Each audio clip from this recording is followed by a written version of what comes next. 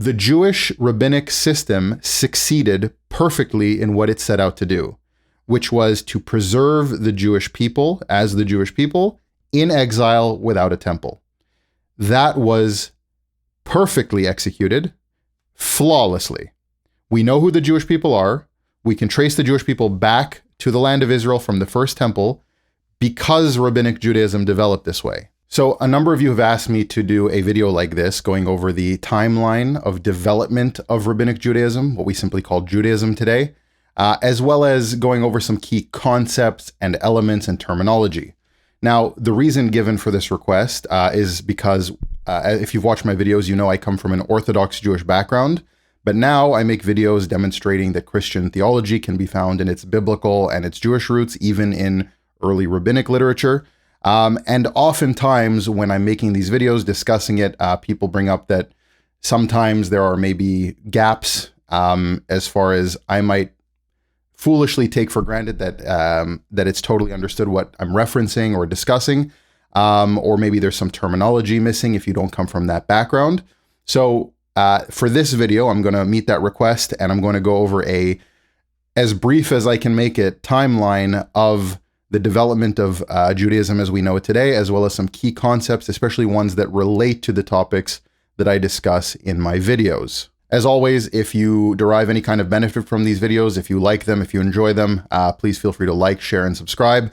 And whether you agree with me, disagree with me, like the videos, don't like the videos, feel free to leave a comment telling me why. So what I'm going to do in this video, I'm going to avoid polemics and apologetics and discourse on that as much as possible. There are some things along the way that I'm going to need to address simply because we need that to understand the timeline and how things developed. But for the most part, I'm giving the timeline and I'm giving basic beliefs and understandings in Judaism. I'm not necessarily validating or invalidating or discussing it to that degree. For this video, we're going to start at around the destruction of the first temple, and we're going to go all the way to the end of what is roughly the end of what's called the period of the Rishonim, which is around the year 1500, give or take. There's different opinions on that, when the exact marker is, but that's kind of the timeline we're going to be addressing here. Through most of the video, you're going to see a graphic on the screen of the timeline. That's what I'm going to be referencing so that we're consistent throughout the video. And so that it's very clear at every given point what I'm actually discussing and what I'm referencing, what time period, which figures, and so on. And the added benefit is you get to look mostly at the graphic and not at my face, which is much more pleasant for all of you. We're going to start at the destruction of the first temple. Now, slightly before this, we have obviously a number of famous biblical figures, but let's discuss Ezekiel prophesying the coming destruction of Jerusalem. He's already in exile in Babylon at the time, in Babylonia. And he prophesies the coming destruction of the temple, and that does come to pass in the year 586 BC. Now, here's where we encounter our very first issue in the timeline that we have to address. Midrashic literature from around the time of the Mishnah in the 2nd century AD, or CE, depending on what you want to use, gives a timeline that's slightly different. It pushes up the destruction of the temple to later on, and it also compresses the Persian era and puts a lot of figures closer together than they ought to be in the timeline. Now, the scholarly consensus, even amongst Orthodox Jewish scholars and historians, is that the Midrashic timeline is off. It's incorrect. It erases about 160 years of the Persian timeline. It compresses certain kings together, doubles them up, and so on. The reasoning given for that is it varies across the board. It probably has something to do with simply just leaving out periods where there's not enough to discuss that's relevant to that midrash, doubling up kings and so on and compressing the time period. There is a case to be made that it also serves to validate certain Jewish ideas that are anachronistic and so on. I don't believe that it's done intentionally for that purpose, but I can see why somebody would think that, as we'll address later on. So we're going to go with the scholarly consensus, even amongst Orthodox Jewish scholars here, where the destruction of the temple takes place in 586 BC. So in 586 we have the destruction of the first temple. This begins what's called the Babylonian Exile. It's a very short-lived time period because the Persians then come and conquer the Babylonians, and they return the exiles of Israel to Israel, and begin the construction of the second temple. Now, this return of the exiles is in 539 BC, as you'll see on the timeline. This is the big return of exiles to Israel and the start of the construction of the second temple shortly afterwards. Now, during this time period, we have prophets, as you'll see above on the timeline, Haggai and Zechariah. And then the second temple is completed in 516 BC. Shortly after that, we then have, a little while later, we have Ezra the scribe, and we have the prophet Malachi.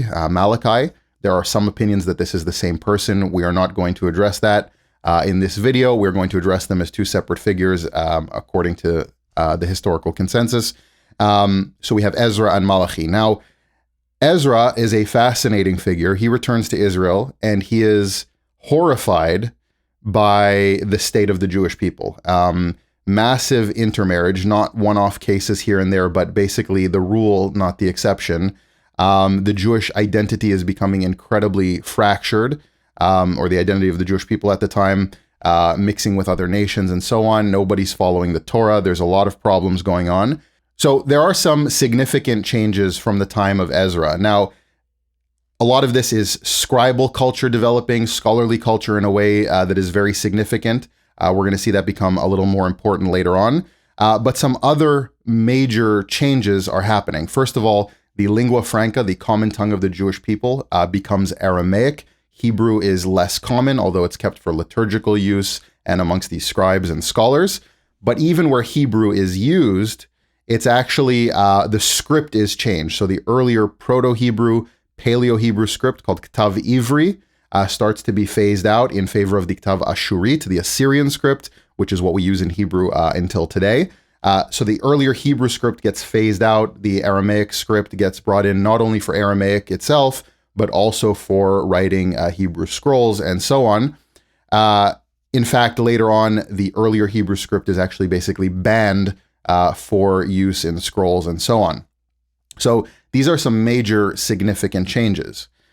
Fast forwarding a little bit, we have Alexander the Great obviously comes on the scene around 332 BC, conquering most of the world at the time, basically, conquering this region, which is significant for us today. There's a legend about him meeting Simon the Just, Shimon HaTzadik, who is the high priest of Israel, who's a famous figure in Jewish culture. And this kind of marks the end of this Persian era and also another significant era in Jewish tradition, which is called essentially the era of the Great Assembly. So there is a tradition that appears in the Mishnah, in Pirkei Avot, a section of the Mishnah later on, again, 2nd century AD, that claims that there is a great assembly of men, Anshe Knesset HaGedolah, the men of the Great Assembly. Knesset HaGedolah would be the Great Assembly. And that this assembly formalized and canonized certain things in Jewish culture that became the rule afterwards. Now, there obviously was leadership at the time. There obviously was councils and changes and things like that, reforms. But the idea of what the Great Assembly is, according to Jewish tradition, is verifiably false. Meaning the first time we hear about its existence is much later on, 2nd century AD, in the time of the Mishnah, claiming that it existed earlier. There are other problems with this. For example, many of the characters of this time period are further apart than they would be claimed to be in this council. Simon the Just is often, or Shimon HaTzadik is claimed as the last of the Great Assembly. Ezra would be a figure in here, Zechariah, Malachi, different prophets. It's a claim that is designed to justify rabbinic authority and the oral Torah going back to Moses. The claim in the Mishnah is that the oral Torah passed down with the written Torah went in an unbroken line from Moses to Joshua, the Levites, the men of the Great Assembly, the rabbis, and so on. Obviously, I'm not covering the whole thing here, but essentially the claim is that the oral Torah remained amongst the Jewish people in the leadership unbroken. The oral Torah, I've done a video debunking what that actually means and so on, but essentially the Great Assembly is a fictional concoction later on by the Mishnah to justify this unbroken authority. There were major changes going on at that time. There is the start of Judaism as we know it kind of formulating there. But this Great Assembly, as it's described by rabbinic Jewish tradition and custom, this is obviously not true. Now, one of the claims being made there is that the Great Assembly canonized and formalized what we have as the Hebrew Bible today, with Malachi as the last prophet. This is not true. There was debates much later on about what is canon in the Hebrew Bible and so on. So this is a verifiably false claim, unless later rabbis were fundamentally disagreeing with all of Jewish tradition beforehand, but that's not the topic for this video. But essentially what's happening is there are some reforms being made, there are some prayer services being institutionalized, there are some major changes in how Jewish practice is done. And really at this time period, we see the forerunners and the start of what will then become the Pharisees, which will then become the rabbis. Now, the Great Assembly period ends with the Hellenization of Israel. This is where Alexander the Great has conquered the area, and the Jewish people start to become very Hellenized, meaning they adopt Greek culture and customs and beliefs and philosophy and so on. Now, what happens here are some major significant events. In 167 BC, there is the Maccabean revolt. The Hasmoneans, who are appalled by the state of the Jewish people as far as their worship of God and their dedication to the Torah and so on, they revolt against the Hellenized Jewish classes at the time who are in leadership. And there's a bloody civil war that the Hasmoneans win, and they take leadership and power. Now, the story of Chanukah, this Maccabean revolt and the holiday of Chanukah and so on in Jewish culture, kind of portrays this very often as the Jews against the Assyrian Greeks, the Seleucid Greeks, but really it's more of a civil war. It's the non-Hellenized Jews who want to return to worship of the Torah, fighting against the Hellenized Jews who want Greek culture and custom and so on. So the Hasmoneans win, they restore the defiled temple. It's not rebuilt because it wasn't destroyed, it was defiled. They restore the temple worship properly, but then shortly afterwards, it deteriorates again. The Hasmoneans themselves fall to corruption and idolatry and all kinds of stuff like that. There's ups and downs, there's good ones and bad ones.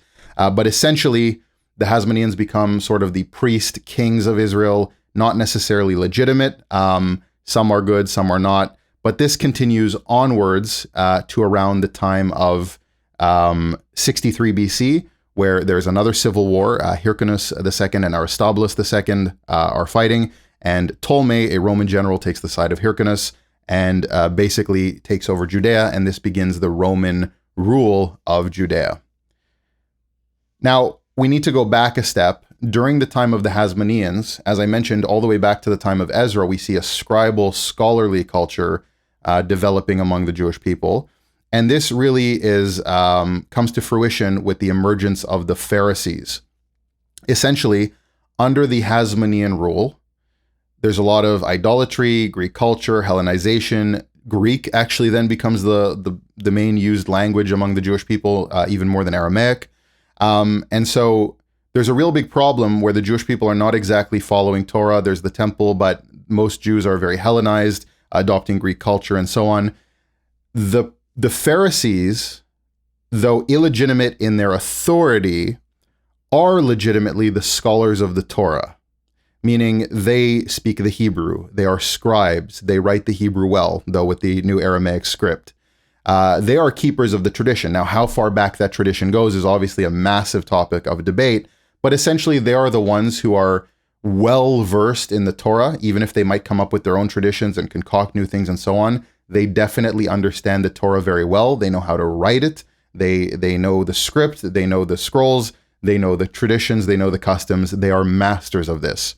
Not to say that there aren't leaders in the Sadducees and so on and in the priesthood that are also knowledgeable in this, but the Pharisees really take this role of being the keepers of the tradition, the teachers, and this is where we see the term rabbi emerge, although they're not necessarily all called rabbi yet, or the leadership is not called rabbis as it is today. But the Pharisees and the term rabbi and so on starts to emerge during this time period. Obviously, the term rabbi might go back a little bit further, but the claim that Ezra was a rabbi, the prophet Malachi was a rabbi, this is obviously false, but this is where we really see it come to fruition.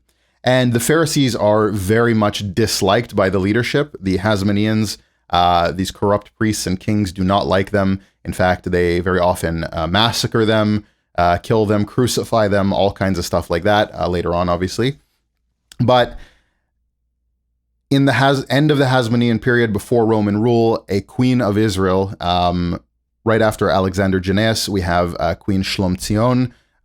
She takes control, and she essentially, for the first time, places Pharisees in roles of leadership. She puts them on the Sanhedrin. The Sanhedrin is, by the way, the Jewish high court, the leadership of Israel court, legislative body, and so on. The claim that this goes back to Moses also false. This developed during the Hellenistic period. Sanhedrin is actually from a Greek word. But essentially, this becomes kind of the high court of Israel. And for the first time under Shlomtzion, Pharisees are really placed in this leadership role where they are on the high court, and they are one of the leadership classes of Israel, not to the same degree as the Sadducees, which we'll see a lot of conflict there, but they are now in leadership prominent roles. So during the Roman rule of Israel, and you'll see on the time period, we went from Persian era, we're now in the Second Temple period, but we've had Hellenistic rule, we've had now into the Roman rule starting in 63 BC. The Pharisees become a prominent class in Israel, and while they rule alongside the Sadducees, they are not the elites. They are not the ones that have the relationships with the Romans and so on. And there's a lot of conflict. Now, as we know, Jewish sects at the time were not only in conflict theologically and on different ideas, they were physically violent towards one another. Pharisees were no longer being massacred to the same degree that they were under, for example, Alexander Jannaeus, but there is a lot of physical violence and conflict. Pharisees, who thought the Sadducees were corrupt and unjust and all kinds of other things, would often purposely taint Sadducees who were priests so that they could not participate in the priesthood. They would sometimes, if it was to the degree of Sadducees denying the existence of a Messiah or the resurrection of the dead or so on like that, Pharisees would oftentimes kill them. It was a very violent time in Jewish culture. Even amongst Pharisees, the school of Shammai and Hillel, very violent towards one another. We're not going to get into the history of Hillel and Shammai here, but maybe do a whole video on how rabbinic tradition works and so on and how things develop there, but specifically focusing on that. But that's not the topic for this video. But essentially, it's a very stable time in some ways because the leadership of Israel has very good relationships with the Romans, but in other ways, it's very unstable when it comes to the internal strife among the Jewish people. Obviously, I'm not going to gloss over this because it's not relevant, but because it's not particularly important for this topic. Obviously, 33 AD, we have the crucifixion and resurrection, but then significant more for this video, 70 AD, we have the destruction of the Second Temple. Now, there's a rebellion against the Romans, which they stamp out, and they destroy the Second Temple. Sometime prior to this, during the time that Jerusalem is under siege, Yochanan ben Zakkai, a very famous rabbi in Jewish tradition, sneaks out of the city and meets with, and this is corroborated by history, but very prominent in Jewish tradition. So this is Jewish tradition actually has this story. Yochanan ben Zakkai meets with then General to-be Emperor Vespasian and strikes a deal that after Jerusalem is destroyed, after the leadership is wiped out, they are going to spare the school of Gamliel, allow it to move to Yavne, another city in Israel, and allow the Sanhedrin to continue under the rulership, under the leadership of the Pharisees, specifically of the school of Gamliel. Obviously, Yochanan ben Zakkai then would be at its helm for a time. And this is actually what happens. The Jerusalem is destroyed. The temple is destroyed. The Sadducees, there's no temple leadership anymore. There's no priesthood. Obviously, ethnically, the priesthood tribe still exists, but they weren't necessarily the original priests of Israel anyways. But essentially, all Jewish authority, theologically and as a form of leadership, now is consolidated under not only Pharisees, but under the one school of Pharisees of the school of Gamliel, specifically under Yochanan ben Zakkai. Now, a number of major reforms happen here. There is a change in how the calendar is going to be calculated for the holidays, and a number of other changes. But the most important one that we need to understand here is that for the first time, the sacrificial, temple-centric Judaism that existed from the time of Moses and the tabernacle all the way through the Second Temple period up until now, that sacrificial system Judaism is now gone. They knew full well that there was not going to be the rebuilding of the temple, And so they, for the first time, formally instituted a system of prayer that replaces sacrifice. There is prayer that exists formalized before this, but the prayer replacing the sacrificial system, this is where that is instituted, and that's how it has been ever since. Now, in Jewish prayer services, in Jewish culture, there is constant hope and prayer for the temple to return. Most Orthodox Jews do not believe this will happen by political power and rebuilding physically, but that the Messiah will actually come and establish this. And until such time, this prayer system will replace the sacrifices. So this is a massive shift. Even under Babylonian exile, there was prayer, but it did not formally replace sacrifice.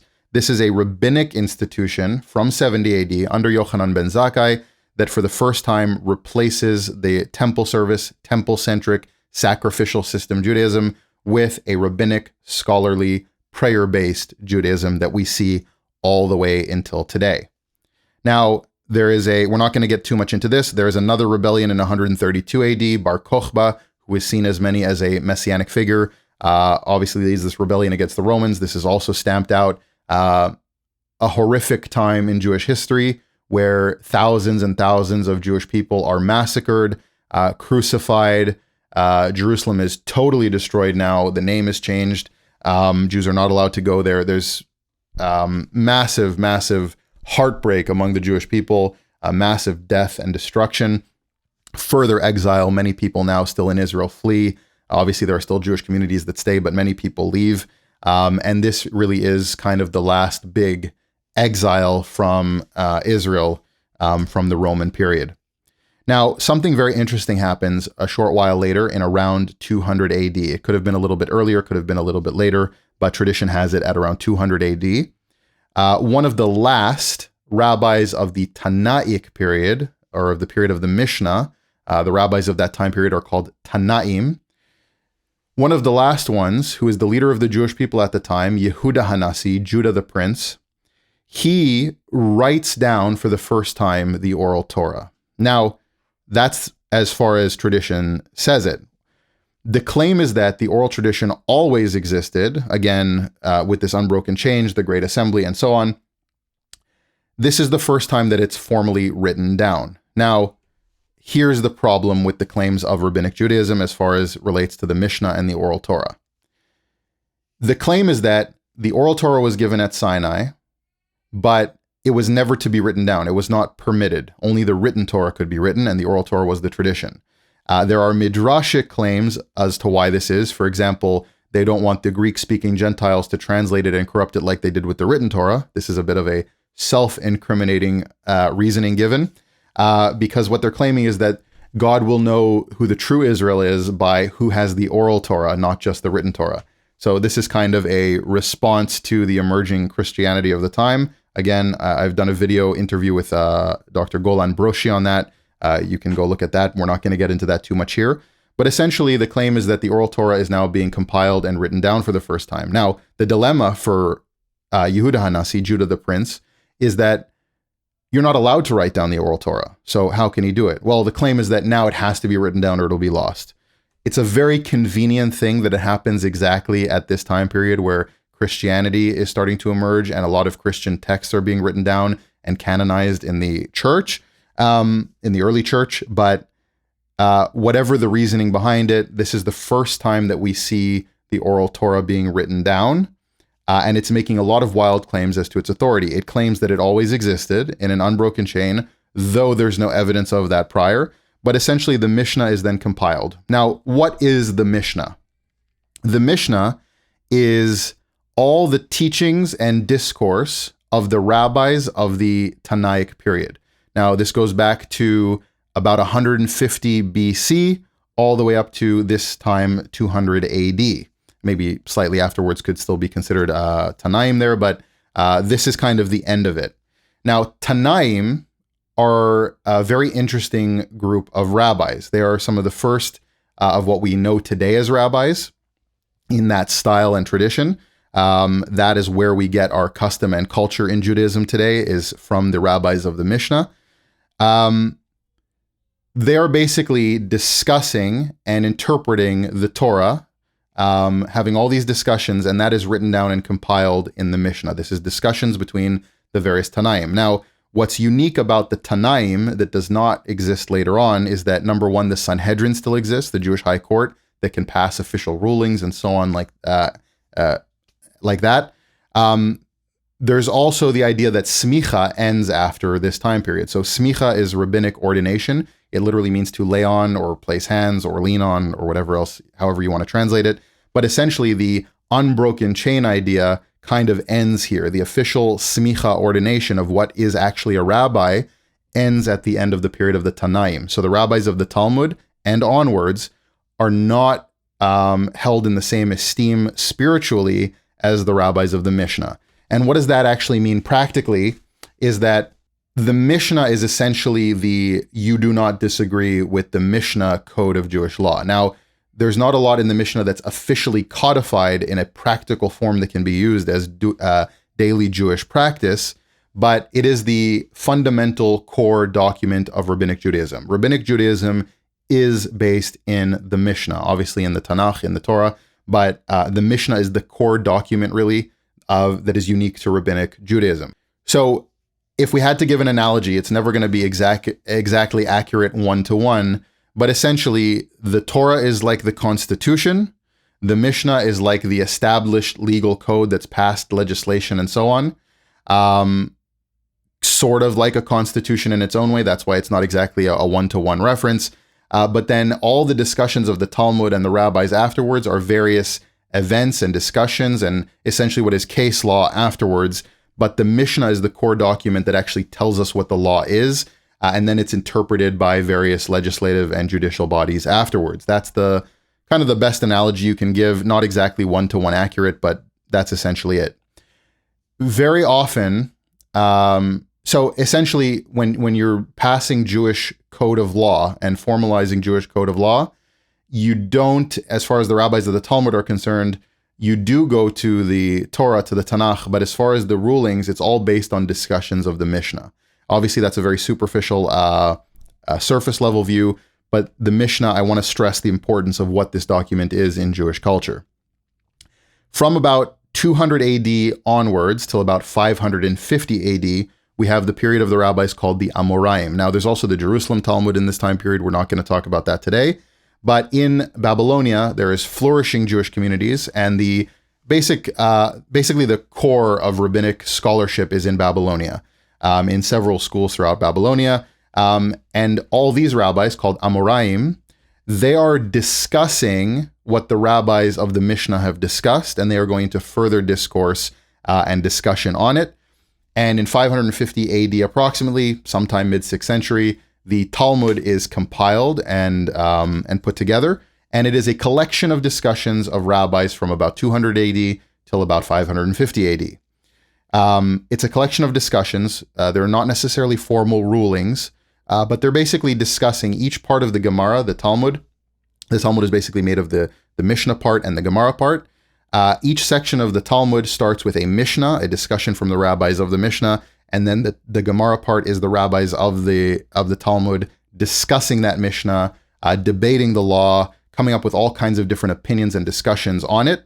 What's really interesting is oftentimes that goes off onto long discussions of theology and mythology and philosophy, all kinds of discussions, health-related things come up. The Talmud is a massive document full of all kinds of discussions and opinions of tons of different rabbis. It's not a single book, essentially, in that way. But in about mid-6th century, the Talmud is assembled and codified as what we have as the Babylonian Talmud today. Now, it still gets some polishes for the few years afterwards in a period of rabbis called the Savoraim. Then we have the Gaonim, another period of rabbis. But we're not going to get too much into that. Essentially, you have the Byzantine rule, then Islamic conquering of Israel. You'll see that in the timeline there. We're not going to talk too much about the actual timeline in Israel at the time anymore. We're going to start talking about what's happening outside of Israel. So with the Babylonian Talmud, we see this discussions and discourse happening. During this time period of 1st century BC, all the way up to the start of the Rishonim in around 1000 AD, aside from the Mishnah and the Talmud, we have various texts being compiled called Midrashim. Midrash essentially is discourse on the Torah or on the Tanakh, on the Hebrew Bible. It can sometimes come in the form of history. It can come in the form of halachic midrash, where they're actually discussing Jewish rulings. This is what most of the Mishnah and the Talmud is. And then there's Agadic midrash, which is legends and stories and so on. And oftentimes this really gets into theology and philosophical beliefs in Judaism. And there's all kinds of different opinions.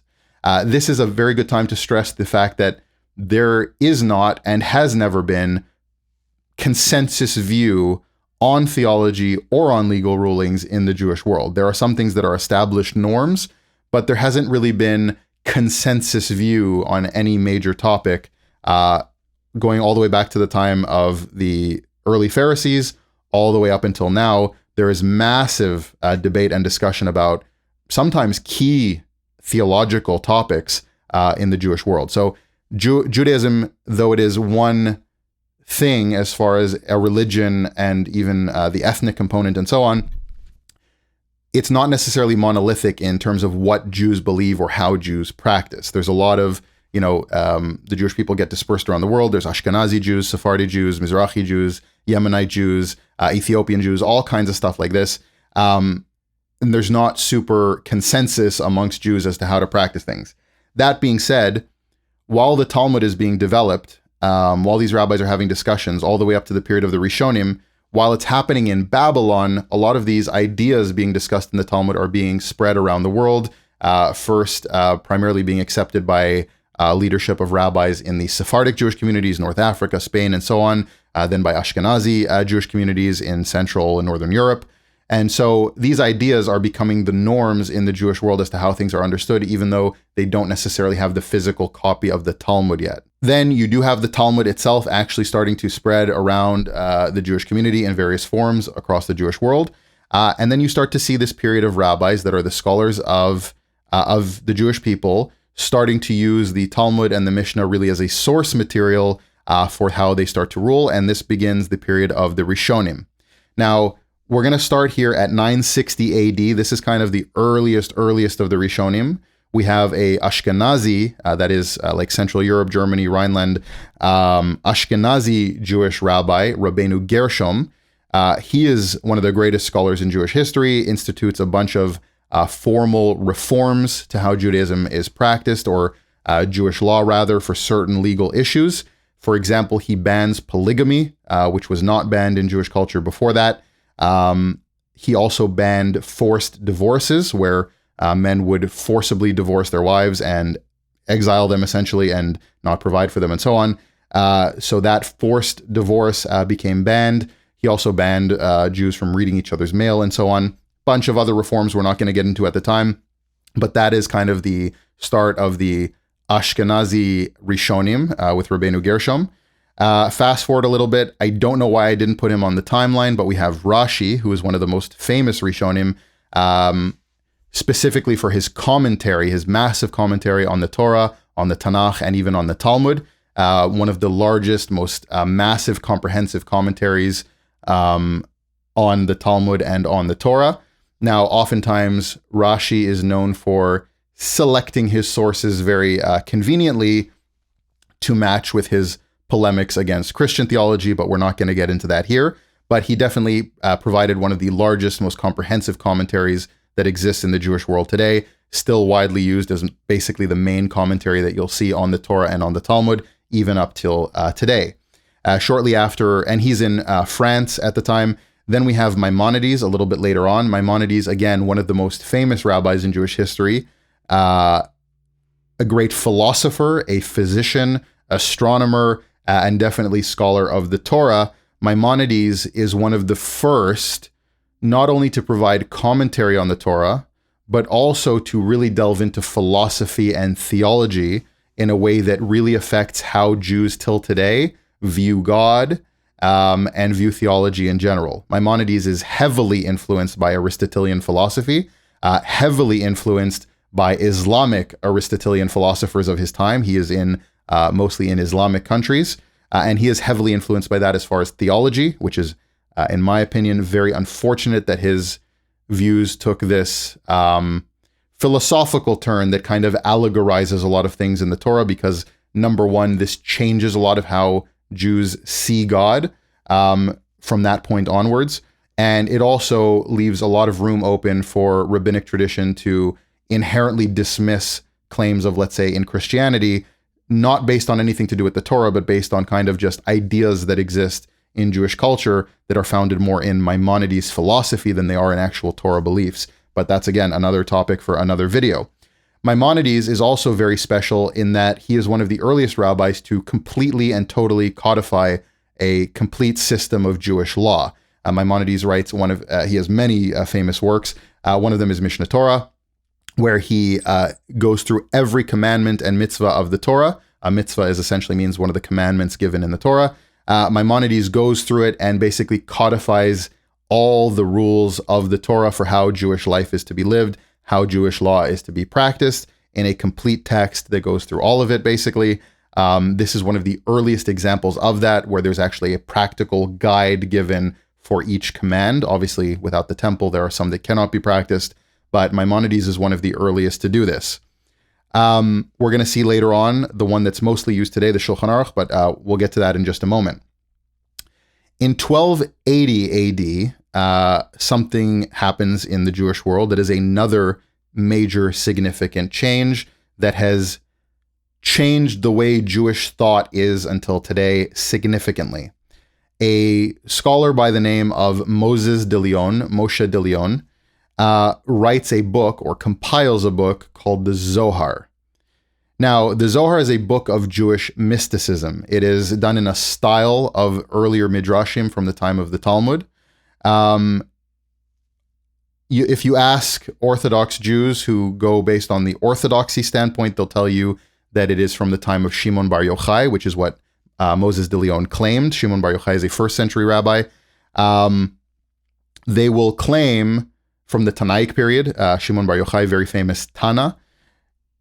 Moshe de Leon claimed that the Zohar, he discovered it, but it's from Shimon Bar Yochai. And so even though the Zohar massively reinterprets huge parts of the Torah to mean other esoteric, revolutionary things, we're talking about divine marriages and the presence of God and the Jewish people as the bride of God. Not getting into it in this, I can easily get onto a whole rant about that I really want to avoid here because we're already running out of time. But the Zohar essentially revolutionizes the way that Jewish thought is, because it places huge emphasis on esoteric, mystical interpretations of the Torah that were developing earlier, but this is the first time we see it in this kind of text. It could very well be that Moshe de Leon is compiling some earlier documents from the few hundred years prior, at most, maybe writing alongside some contemporaries who are helping him, but he issues this book, he publishes it, his wife corroborates the fact that it is in fact written by him and not earlier. He claims it's from Shimon Bar Yochai, but scholarly consensus, even amongst Orthodox scholars, Orthodox Jewish scholars today, is that it was written or compiled by Moshe de Leon, not by Shimon Bar Yochai. The best that they can do is to say maybe there was an original Zohar, which was then translated and compiled by Moshe de Leon, but there is no evidence to that fact. The internal evidence, the language and so on, demonstrates that it's from 13th century Spain, not 1st century Judea. So this changes the landscape of Judaism, because then you have later figures you'll see above in the timeline, Isaac Luria, known as the Arizal or the Ariya Kodesh, then takes the Zohar and creates a very systematic form of Kabbalah that finds its way into the liturgy, into Jewish beliefs today. That is the forerunner to what we call Hasidic Judaism, that exists today as well. Massive change in Jewish thought and Jewish culture. Mysticism and esoteric ideas really become prominent in Jewish culture. Again, this leaves a lot of room for interpretation on how things are seen. The nature of God and theology becomes much more open as far as how you can view God and how you can view relationship between God and creation and so on, which is why you see people today that have beliefs about theology in the Jewish world that would seem to depart greatly from the Torah and even earlier rabbinic literature, And probably in the time of the Mishnah, in the time of the first century in Judea, these would be considered heretics. But because the Jewish community has kind of homogenized under different ideas and mandatory aspects rather than right theology, there are all kinds of differing views on theology and relationship between God and creation in the Jewish world today. And yet they are totally connected and homogenized and accepted as one total group called Jews, or under the blanket of Judaism. Again, we're getting off into a whole nother topic there about what is a Jew, what is Judaism. We're not going to get into that anymore now. But essentially, the Zohar was the point where that changed, where it kind of opened up the Jewish psyche to esoteric and mystic thought that did not exist or was not accepted prior. The Zohar is very obviously basing its ideas on some Gnostic beliefs, on Neoplatonist beliefs. I'll probably do videos on it down the line, but not the topic for this conversation. Now, getting close to the end here, we have 1563 AD. We have a rabbi named Yosef Karo, a Sephardic Jewish scholar, one of the greatest scholars in Jewish history. He has a bunch of major texts that he writes, but the one that we're going to focus on today is called the Shulchan Aruch. The Shulchan Aruch is, again, a complete, total, codified system of Jewish law that goes through all the rulings of the Torah that need to be followed and gives a key onto how to follow that. Now, again, as I mentioned, there's not necessarily always consensus in the Jewish world. And so the Shulchan Aruch is then, you'll see another figure above the Ramah, Rabbi Moshe Isserles, a lot of commentary on the Shulchan Aruch. Rabbi Moshe Isserles, the Ramah, is an Ashkenazi Jewish scholar who basically takes the Shulchan Aruch and inserts glosses as to how the Ashkenazi minhag means a custom as opposed to halacha, which is a law or a ruling. So the Ramah will insert the Ashkenazi custom for how certain things are to be practiced, where it differs from the Sephardic Jewish custom as written down in the Shulchan Aruch by Yosef Karo. Now, this time period marks the end of what's called the Rishonim. Now, there's a little bit of debate as to when exactly the Rishonim end. Rishonim means the first ones, obviously doesn't mean the first rabbis ever, but it's the name of this time period. What's unique about this time period from about 1000 AD till about 1500, this period of the Rishonim, is where the rabbis are providing commentary on the Torah and the Talmud, like Rashi and Maimonides and so on, Ibn Ezra, Radak, all these famous rabbis that you'll hear about if you study anything about Jewish history and culture. The Rishonim, this time period, again, Rashi, Rambam, Radak, Ibn Ezra, all the way up until figures like Yosef Karo, who is kind of on the crux there between the Rishonim and the Acharonim. This time period is commentary on the Torah. They go right to the source material of the Talmud, the Mishnah, and the Torah, and develop commentary and develop the first official compiled codes of Jewish law. For example, with Rambam, with Mishnah Torah, with the Shulchan Aruch, with Yosef Karo. The shift afterwards was where we see the Acharonim, which means the later ones. And that kind of, there's no official exact end period to the Acharonim. We could somewhat say that we're kind of in the aftermath of the Acharonim period till today. But essentially, all rabbis from the Shulchan Aruch basically onwards, from this period of the Acharonim, they are no longer writing direct commentary on the Talmud and on the Torah, and they are not codifying Jewish law directly from the Talmud. In some cases they are, but for the most part, from that point in Jewish history onwards, from the Shulchan Aruch onwards, the later rabbis are providing commentary on contemporaries, meaning rabbis that they're writing back and forth with and debating on halachic norms and stuff for their time period. They're also picking between different rabbis from the Rishonim as to who they agree with or disagree with. And they are furthering Jewish law for the practical use of the time period. Meaning, if there's a question that comes up about a modern topic as to how a Jewish law is to be practiced, They will then debate that based on the earlier rabbis and then apply it to the modern circumstance. But they are no longer codifying Jewish law based on the Talmud and the Mishnah in the same way that the Rishonim did.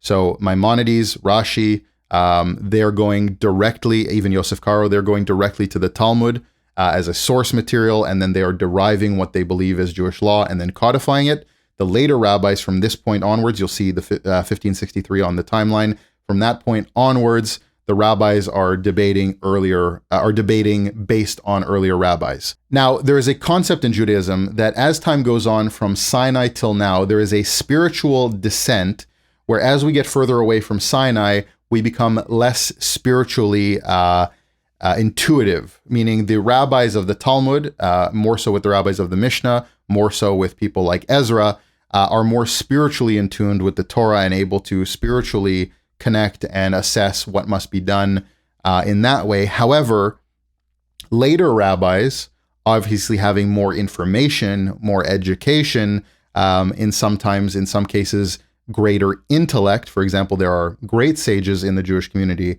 today.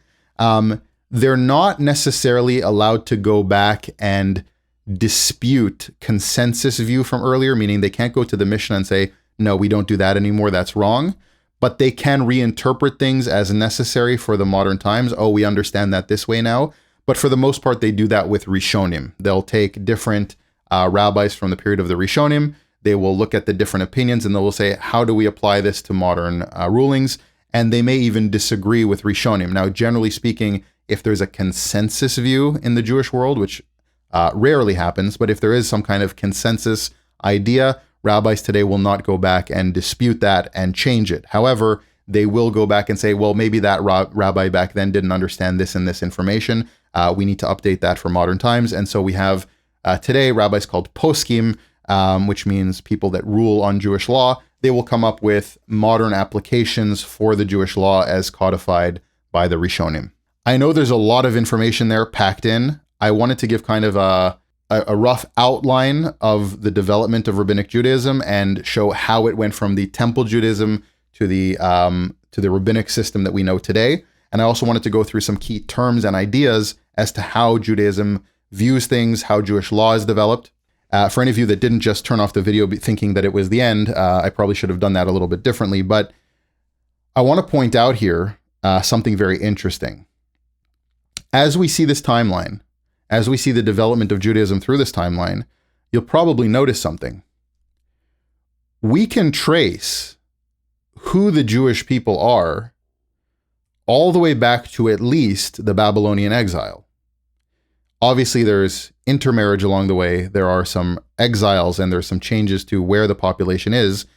But we can trace the Jewish people from then till now, who the Jewish people are. So there are obviously some changes to what makes a Jewish person, but for the most part, there are not that many converts to Judaism. We can generally trace on paternal lines also. So even if somebody's not considered Jewish by the rabbinic system, we still might know who is ethnically Jewish on their paternal line. But essentially, we can trace who the Jewish people are all the way back to this time period, even with all the dispersions through the world where the Sephardic Jewish communities developed, the Ashkenazi Jewish communities, Mizrahi, Yemenite communities, Ethiopian communities, some communities as far as India and China and so on. So we can trace who the Jewish people are. Now, theologically, there might be disagreement with who Israel is and what is the blessing to the Jewish people, and topic for another video, but essentially what we have here is we can actually see who the Jewish people are and how it was preserved till now, that we can actually trace who the Jewish people are. Now, that is in large part due to the fact that Rabbinic Judaism developed itself this way. Essentially, whether you agree with Rabbinic Judaism or not, as being authentic to the Torah, whether you think that it is the right way to follow God's law, whether you believe in a Jewish version of the Messiah versus a Christian version of the Messiah, all the theology and belief systems and faith aside for a moment, the Jewish rabbinic system succeeded perfectly in what it set out to do, which was to preserve the Jewish people as the Jewish people in exile without a temple. That was perfectly executed, flawlessly. We know who the Jewish people are. We can trace the Jewish people back to the land of Israel from the first temple because Rabbinic Judaism developed this way. I don't agree with Rabbinic Judaism as far as practices and beliefs. I think that it is a concocted belief system that roughly is based in the Torah, but has its own major reforms that make it differ from the Torah significantly. But that being said, as an ethnic starting point, heritage and culture in its development, the Jewish people are an authentic people and tradition that can be traced back all the way back to that time period because of how Rabbinic Judaism developed, the reforms that were instituted, who is seen as a Jew under the rabbinic system. This really homogenized the Jewish people, even where theology would be fractured. The Jewish people and customs and identity is very solid as a one block, one group of people, even with the divisions between Sephardic and Ashkenazi and so on. The Jewish people are clearly identified and identifiable today as a very distinct group of people because of the reforms of Rabbinic Judaism. So not only did I want to go through the timeline here and show how Judaism developed, but I also wanted to demonstrate that this is actually the reason why we can actually identify a Jewish people till today. So if you like this video, please like, share, and subscribe. Again, leave a comment. I know that I rambled and ranted pretty quickly through a lot of it, so if you have any questions, feel free to leave those in the comments as well.